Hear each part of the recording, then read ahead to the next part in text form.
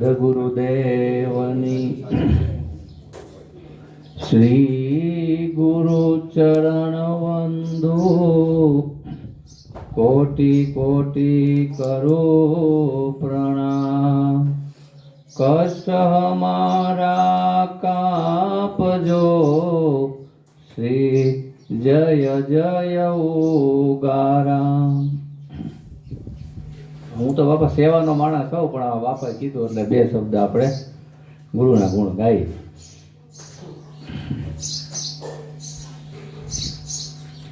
तुलसी संसार में पंच रतन में सार, संत समागम हरि कथा दया दान उपकार. જો બાપા તુલસી મહારાજે છે ને આખા જગતનો સાર કાઢ્યો છે. એને અર્થ કહેવાય કે જો આ જગતમાં આપણે મનુષ્ય છે, દેહ મળ્યો છે, આપણે આવ્યા છે, પણ આમાં સાચું હું તો એને પેલું બાપા સંતને કીધું. સંત એટલા માટે કે આ બાપા આમાં લાખો જન્મ થાય છે મનુષ્યના, આવીને વ્યા જાય છે. 84 લાખ યોનિમાં આપણે બાપા જન્મ થાય છે ને આવે છે સૃષ્ટિ ઉપર. પણ જો આ મનુષ્ય દેહ મળ્યો ને એને સાર્થક કરવો હોય બાપા, હવે તો પશુ પંખીના અવતાર થાય ને યાદ આવે છે ને.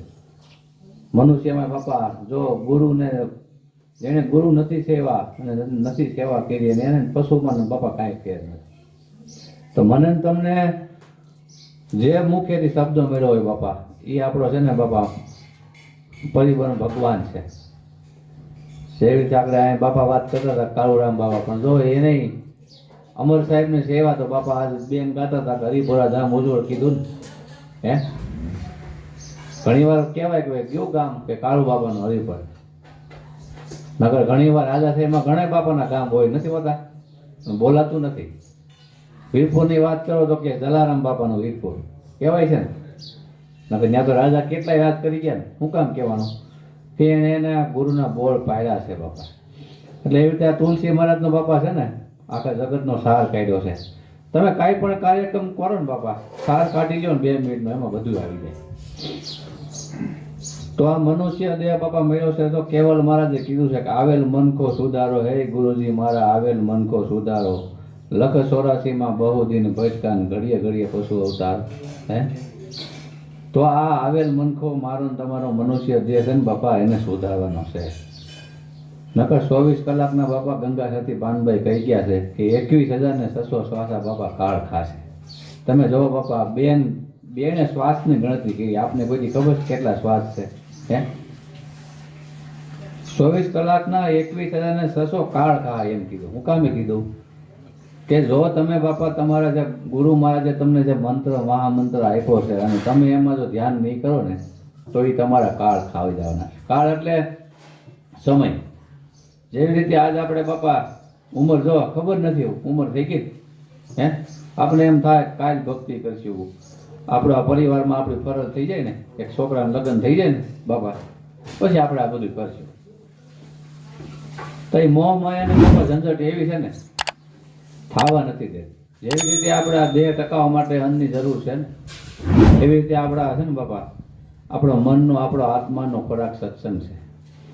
અને કાંઈ પણ તમારે મહિમા જાણવું હોય ને તો એને અનુભવી પાસે જવું પડે. જેવી રીતે આપણે ખેતી કરવી હોય તો કોઈ મોટો ખાતેદાર હોય 50 વીઘાનો, એની પાસે આપણે માહિતી લઈએ છીએ ને કે બાપા આમાં તમે આમાં ઉપજ આવે છે તો કઈ રીતે ખેતી કરો, તો આપણે સલાહ આપે એ પ્રાથમિક કે ભાઈ જો આમાં સીધું તમે વરસાદ થાય અને સીધા વાવા એટલે ભેગું થાય એવું નથી. તમે એને ઉનાળામાં ખેતી કરો, કંઈક ધરો કાઢો, બોયડી કાઢો, ટેફા ભાંગો, જમીનમાં ખાતર ભરો, તપાવો, અને પછી જો ચોમાસું થાય એને વાવો તો એમાં ઉપજ આવે.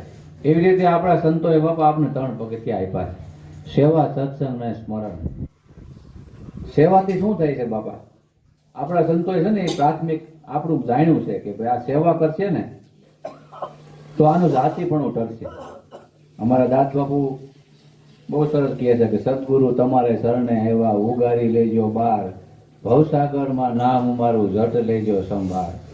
ભર્યો ભાર અપાર. અપાર એટલે આમાં ભાર બહુ અંદર ભર્યો. ખાલી થાય ને બાપા, કોઈ પણ પાણીનો બેરલ હોય ખાલી કરો તો બીજું સામે ને, એમાં આમાં અપાર ભર્યો છે. કામ, ક્રોધ, મોહ, લોભ, આ બહુ ઠાસો ઠાસ ભર્યું છે. તો એ સંતની કે કોઈ પણની લોકોની છે ને બાપા તમે સેવા કરશો ને તો આમાં ખાલી થાય, રાજીપો થાય. અને તમે સેવાના દાખલા છે ને બાપા, હે આગળ મેં તમને નામ દીધું, ગોમતીબેનની વાત કરી ને, કાળુ બાપાની, હે તો ખૂબ સેવા કરી ને અમર સાહેબની. તો આજ બાપા કાળુ બાપાને શું ઉઈ ગયું કયો, હે ગયું કાંઈ? એમને પાંચ સત્સંગી ભાઈઓ છે, આજે બધા બેઠા થઈ, તો એ કાળુ બાપાના હિસાબે જ આપણે હરિપરમાં બેઠા થઈ ને બાપા, હે તો સેવાથી બાપા છે ને આ જગતમાં કોઈ નથી. આપણે શ્રી રામ ભગવાનની વાત તમે કરો છે, સબરીબાઈની વાત તમે કરો, માતંગ ઋષિની વાત છે. સબરીબાઈને એક કાને એવો શબ્દ પડી ગયો કે સેવા કરાય, બસ આ એક એને આવડી ગયું. તેણે આજુબાજુમાં તપાસ કરી તો ત્યાં માતંગ ઋષિનો આશ્રમ. એ સમયમાં આપણા બેનનું સુખ છે ને અત્યારે, એવું નહીં ગેસના બાટલા ચાલુ કરે એવું નહીં, બળતણની વ્યવસ્થા બધી. અને પોતે ભીલ જ્ઞાતિ એટલે એને એમ છે કે ભાઈ આ સેવા આ લોકો મારી એમનામ નહીં છે. એટલે એ સબરીબાઈ છે બળતણ કાપી હુકલ અને માતંગ ઋષિનો આશ્રમ હતો ત્યાં બારી મૂકી દે. એટલે બીજા જે કાંઈ એને સેવા કરવાવાળા માણસો છે અમુક થોડાક આળસુ હોય ને, એ કે સારું આ તો ગાય આપણે કમ્પ્લીટ કાંઈ કરવા પણ નહીં, બળતણ લઈને હા જે કાંઈ એની વ્યવસ્થા હતી રસોઈની એમાં મૂકી દે. પણ કહેવત છે ને કે દાબી દુબી ન રહે કસ્તુરકી બાત. તમે કાંઈ પણ બાપા ખાલી મનમાં સંકલ્પ કરો છો ને તો એ બારું આવે છે ને. તો ધીમે ધીમે ખબર પડી માતંગ ઋષિને કે ભાઈ આપણા આશ્રમમાં બળતણનો ભારો કોક બારો મૂકી જાય છે, રાતે મૂકી જાય છે. એટલે સંત છે ને બાપા, એ તમારામાં સદગુણ હોય ને, તમારી પાસે ધન સંપત્તિ હોય એ બરાબર છે, પણ તમારામાં સદગુણ હોય ને એમાં રાજી બહુ થાય. કોઈ બાળક વિવેકી હોય, સત્સંગી હોય, નમ્રતાથી વંદન કરતો હોય, સંતો આમાં રાજી થાય, સમજ્યા? એટલે માતંગ ઋષિ રાજી થઈ ગયા. ઓહો તમે એક પહેરો દો, આવો કોણ મૂકી જાય છે ધ્યાન રાખ. તો બે પાંચ સત્સંગી ભાઈઓ હતા એને ધ્યાન રાખવા દીધા, અને નિત્ય ક્રમ પ્રમાણે સબરીબાઈ છે એ ત્યાં બળતણ મૂકવા આવ્યા. કે ઊભા રહીજો તમે કોણ છો? એટલે બધી તો ખ્યાલ આવ્યો કે આ રીતે સબરીબાઈ છે. એટલે બેનને બીક લાગી કે ઓહો કારણ કે ખોટું તો એને કર્યું નતું, પણ આ મારી સેવા વહી જાય ખબર પડી ગઈ ને એમ, એને એવું છે. એટલે માતંગ ઋષિ પાસે ભારો અને સબરીબાઈને લઈ ગયા કે બેન તમે આ ભારો મૂકી જાવ છો બળતણનો? કે હા બાપા. તો કે રાતે કેમ? કે બાપા મેં સેવાનો મહિમા જાણ્યો છે કે સેવા કરાય એમ, પણ કે રાતે કે બાપા હું મારું દૂધ ભીલ જ્ઞાતિનું છે, મને એમ હતું તમે આ સેવા નહીં સ્વીકારો. એટલે સંત છે ને બાપા, સંતની છે કોઈ જ્ઞાતિ જાતિ હોતી નથી, સમજ્યા તમે? સંતના દેશમાં કોઈ જ્ઞાતિ જાતિ નથી, એ તો મેન તમે ઊભી કરી છે. કે બાપા તારી સેવાથી હું ખૂબ રાજી છું, તું હવે દિવસે નાખી જાય છે. સેવાભાઈ મોણો રાજી થઈ જાય ને એટલે દિવસે ચાલુ કર્યું. પછી ધીમે ધીમે જેમાં બાપાને બધા સત્સંગ કેમ કરવાના છે એવી રીતે માતંગ ઋષિનો સત્સંગ ચાલુ હોય અને સાંભળીને આનંદ થાય.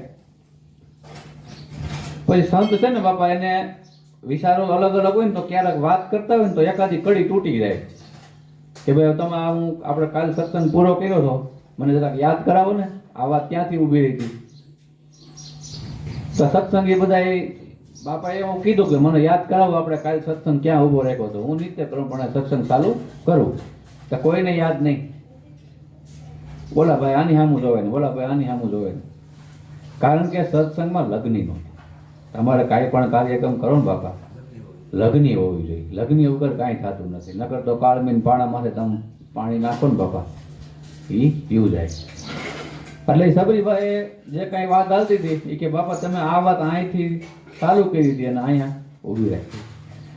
સંતો છે ને બાપા જેવી રીતે બેનું કેમ દહીંને આમ વલોણે છે અને માખણ ઉપર આવે છે, એવી રીતે સંતોએ જે ઓહમ સોહમનો બાપા જે શ્વાસ હાલે છે ને એ વલોયું છે અને એમાંથી માખણ આવ્યું અને એ સત્સંગ રૂપી પાતા હોય છે. એ મહેનત જ છે ને. જો આવી રીતે એ બાપા ભજન કરતા હોય સંતો અને આપને બે શબ્દ કહેતા હોય ને આપને યાદ ન રહેતું હોય તો સંતોને દુઃખ થાય. એટલે બાપાને દુઃખ થયું, ઓહો આ કોઈને યાદ નહીં ને આ બેનને યાદ. એટલે રાજી થઈ ગયા કે સબરીભાઈ તું ત્યાં વાહે નહીં, હવે અહીંયા આવી જાય. શું કીધું? અહીંયા આવી જાય. તા તો જેમ મેં હમણાં વાત તમને કીધી ને આપણામાં અપાર બરોબર પડ્યો છે. તા તો બીજા જે કાંઈ એના બ્રહ્મકુમારો જે કાંઈ સમયમાં ત્યાં હતા, ઓહો આ માતંગ ઋષિને કાંઈ ભાન છે. હવે સબરીબાઈ બાઈ માણા એને આગળ બેહારી અને આપણે તમે જો એ થયો ગણગણાટ ચાલુ. પછી તો એમ કાંઈ હુકર ભારો હોય અને દિહાળી મૂકે તેમાં કાંઈ બાકી રહે છે. એની તો વાત ઘણી બધી છે. પછી છેલ્લે બાપા સબરીબાઈ રહી છે. સબરીબાઈ રહી અને એને કીધું બાપા તારે ક્યાંય ગોતવા નહીં જવું પડે અને તને રામ ગોતતો ગોતતો આવશે. તો એના ગુરુ મના શબ્દો ઉપર ભરોસો કેવો. એ તો હું તમે અત્યારે નક્કી કરીશ તને રામ ગોતતો ને આવ્યા તો એ ભરોસો ને નકર એ વાત માનવામાં આવે હે. તો આવ્યા ને બાપા. તો એક ભીલ જ્ઞાતિની બાઈ બાપા ભક્તિ કરી ગઈ છે. તો અને એ સમયમાં બાપા અગવડ સગવડ કાંઈ ખરું. અને અત્યારે બાપા તમે જો સુવિધા કેવી છતાંય બાપા ભક્તિ થતી નથી. તો સંતોનો સાર એવો છે બાપા. તમારે જે આપણો નિત્ય કર્મ આપણો હોય બાપા સવારથી ઉઠી સાંજ, તો એમાં તો સંતો છે ને જે મારીને તમારા અત્યારે જેમ બાપાએ કેમ કીધું મારે કાંઈ ગોતવા નથી જવું પડ્યું એમ મારા તમારા પિતા હોય ને બાપા એ જો જમીન મૂકતા જાય છે, ધન દોલત મૂકતા જાય છે ને, તો સંતો પણ આપણે આટલું મૂડી મૂકતા જાય છે. કઈ કે એને જે ભજન કર્યું ને બાપા ઓહમ સોહમ જે નેત્ર રાખી છે ને એમાં માખણ વાળું આવ્યું ને બાપા એ આપણે આ સંતોની વાણી અમર સાહેબના 1 થી 5 ભાગ છે બાપા. એ મારીને તમારી માટે બાપા મૂડી છે. તો ઘણીવાર એવું થાય સંતનો સમાગમ નથી થતો તો એમના પુસ્તકો પણ આપણે છે.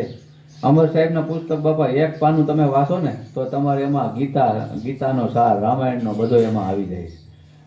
એટલે કહેવાનો મારો મિનિંગ એ છે કે જેટલો તમે સંગ કરશો ને સંતનો દેહ તો બાપા જેટલો થાય એટલો વિશેષ છે, પણ કદાચ હાજરી ન હોય તો એમના પુસ્તકો આપણે આટલું મૂકતા જાય. અને સંઘ કેવું કામ કરે છે. જેવી રીતે આપણે પહેલા જમાનામાં વાય પાણીની હતી ને એમાં બેનું દીકરીઓ પાણી સીસવા જતા, હૂતરની રાયથી સીસતા ને કે ન સીસતા, છતાંય કાયમીનો સંગ થાય બાપા. હૂતર છે એ પથ્થરને કાપી નાખે, નકર પથ્થર છે અને હૂતર એને કાપે. માન્યમાં વાત આવતી નથી, કાયમીના સંગથી કપાઈ જાય. તો એવી રીતે સંતનો બાપા સંગ છે ને બાપા. આપણે ગમે એવું પથ્થર હશે ને આપણું કલેવર, તો સંત છે ને બાપા એ તમારે હૂતરથી કાપી નાખે. એનું તમે કારણ જોવો બાપા. અંગુલીમાલ બુદ્ધની એક વાત છે બાપા. અંગુલીમાલ એટલે જેટલા એને કોઈક એવું મગજમાં ઠાસી દીધું અંધશ્રદ્ધા કે આ આંગળી કાપી નાખો અને ડોકમાં પહેરવાનો હાર બનાવવાનો, જેમ બેનો અત્યારે કેમ હોનાનો હાર પહેરે છે એવી રીતે. તેને કેટલા પાપ કર્યા છે, કંઈક 100 આંગળી કાપવાની હતી. કેટલાય માણસોને એને આત્મહત્યા કરી નાખી હતી. છતાંય બુદ્ધ ભગવાનનો એને સંગ થયો તો શું થયું? અંગુલીમાલનું કામ થઈ ગયું ને, સંગથી થયું ને. નકર આ કહેવત છે કે બાપા છે ને આખું જગત કર્મથી હાલે. કોનાથી હાલે છે? અને આ કર્મ છે ને બાપા સદગુરુ સંત એક આપણું કાપી જાય. નકર અંગુલીમાલને તમે જુઓ આ 100 આંગળી કાપી નાખી કેટલું થયું. એવી રીતે જેસલને જુઓ હે. અમર સાહેબે કીધું ને કે ગેબ નિરંતર સદગુરુ મેદાન કાપી ખરમની ફાંસી.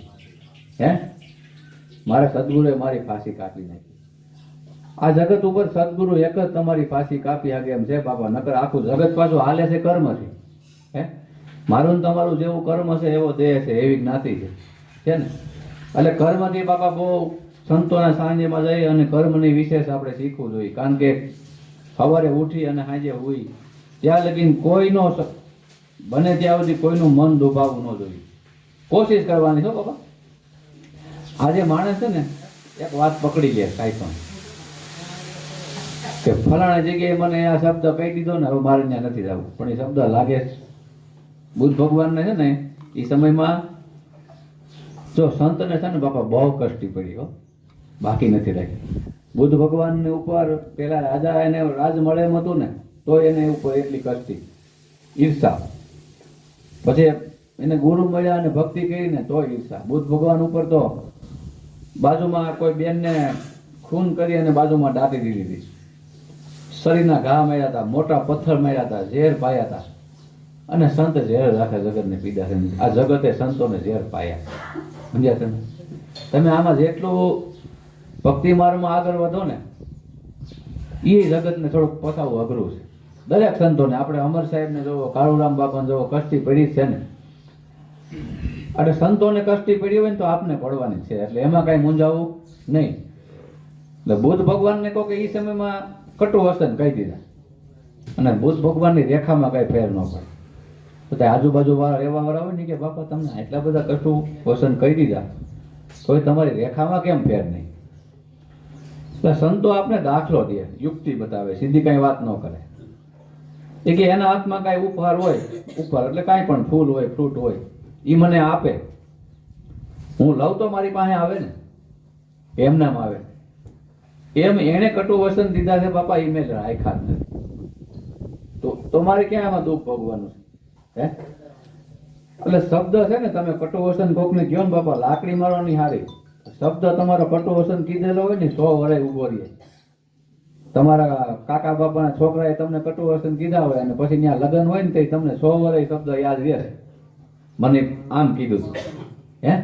એટલે સંતોએ શું કીધું છે કે બાપા કાંઈ પણ તમારે આ છે ને કોઈનો ધોખો ધરવાનો નથી. જો તમારે જેમ જેમ જીવન બનાવવાનું હોય તો આ જગત ઉપર છે ને તમે એ શબ્દ તમને યાદ રહેશે તો ગુરુ મહારાજે મહામંત્ર દીધો યાદ નથી રહેતો હે. એટલે બસ બીજો વિશેષ સમય ઘણો થઈ ગયો છે, કઈ કેવું નથી. એટલે જો આજ કાળુરામ બાપાની તિથિમાં બાપા આજ લગભગ મેં વાંચ્યું 21માં દેવ થયા, આજે 5-6 વર્ષ થઈ ગયા.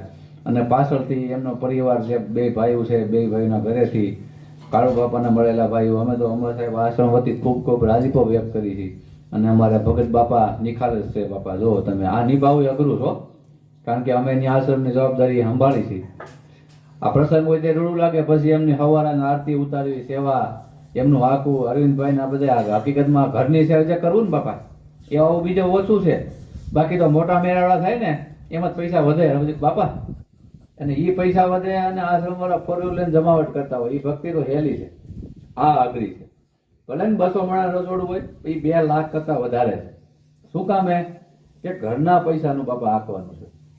અને તમને હું અમર સાહેબ આશ્રમથી ખૂબ ખૂબ રાજીપો વ્યક્ત કરું છું, તમારું કરેલું કર્મ જાહે નહીં હો.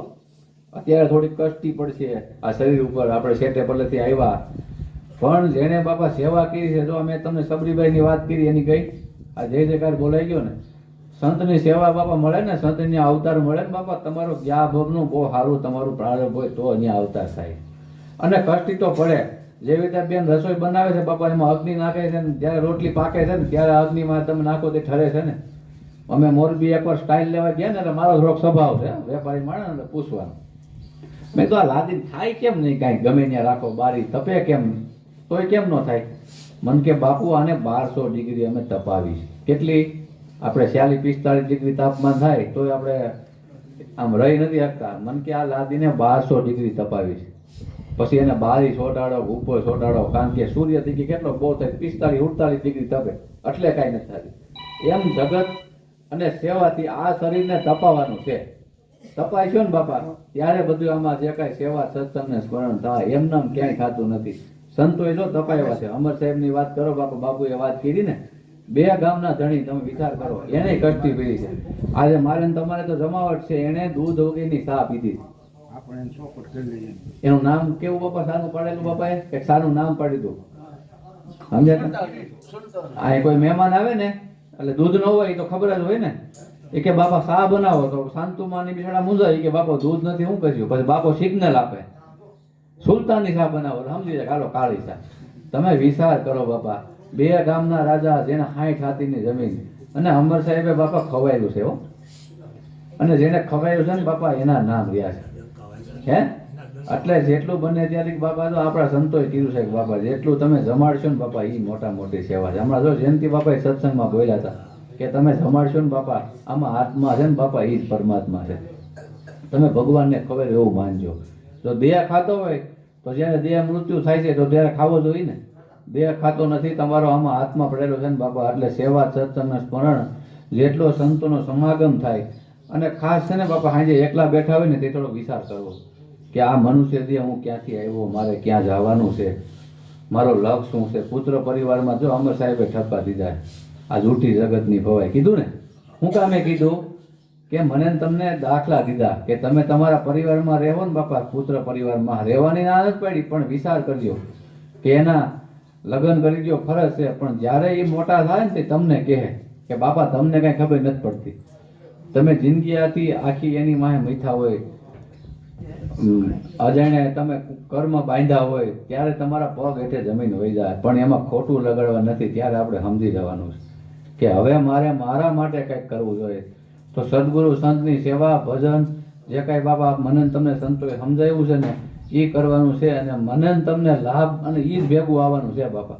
બાકી તો ઘણા રાજા એમના બે ગયા ને બાપા આમાં હાથ રાખી, એ ભેગું આવ્યું નથી. જો આ કાળુ બાપા છે ભલે એને પાસે જે મોડી હોય પણ આજ રહી ગઈ ને યાદી, અમર સાહેબની યાદી રહી ગઈ ને, તો આવી રીતે બાપા આપણે યાદી રાખવી નથી પણ એના શરણોમાં રહી ને બાપા તોય ઘણું છે. હું તમારા બાપાને ઘણી વાર દાદ કરું છું કે આપણો દેશનો વડાપ્રધાન હોય મોદી, એ હેલિકોપ્ટરમાં જાય તો ભેગા સેવા કરવા અને હેલિકોપ્ટરમાં કેવા મળે કે ન મળે? કે ન મળે? એકલો જાય તો સંતની સેવામાં બાપા રહેવો ને એમાં લાભ ખવાયો છે, નુકસાની આજ દી સુધીમાં ક્યાંય છે નહીં. એટલે બસ વિશેષ કાંઈ કહેતા નથી. અને કાળુરામ બાપાની તિથિમાં જે તમે ભાવથી ઉજવો છો એમાં અમે ખૂબ રાજી થઈ છીએ. બોલો સતગુરુદેવની જય.